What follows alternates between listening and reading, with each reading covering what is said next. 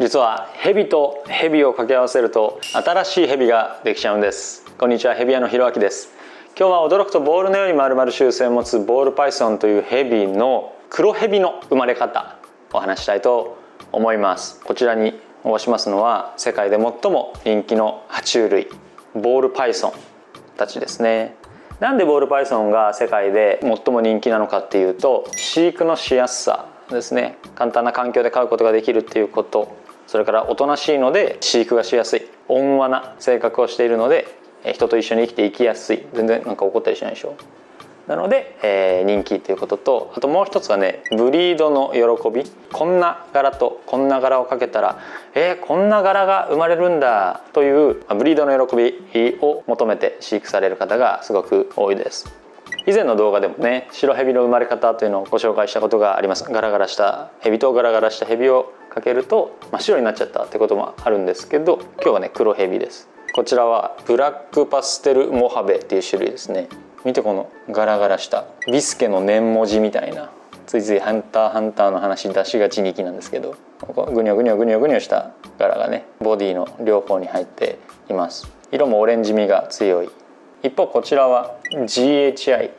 というボールパイソンのダーク系モルフではとても人気の遺伝子なんですけど、特徴としてはやや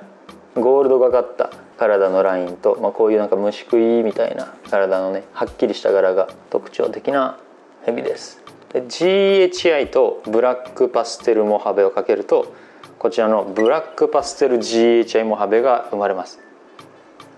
あら不思議、柄が消えて黒ヘビになりました。このガラガラした遺伝子とガラガラした遺伝子が合わさると柄が消えるという、うなぎみたいになってますね。ボールパイソンってこの変化はまだおとなしい方で、先ほどお話ししたように体の色が濃いこと濃いことしたら真っ白になったりとか、体の色が普通の色なのに黄色、アルビノって言われる体が黄色と白と赤目に変わったりとか、そういうね、大きな変化、子供が生まれていく中でそんな変化するのという遺伝を楽しむことができる生き物だったりします。絡みたがり、怯えたがりで、体の柄はね、結構こう大きな変化を持って遺伝されていくんですけど、性格っていうのはね、親と似てることが多いですね。活動的な親は活動的な子供になったり、おとなしい親の子供はおとなしかったりっていう性格の遺伝をすることが多いかなと思います。他にもね、いろんな種類のボールパイソンがうちにはいまして、この子とこの子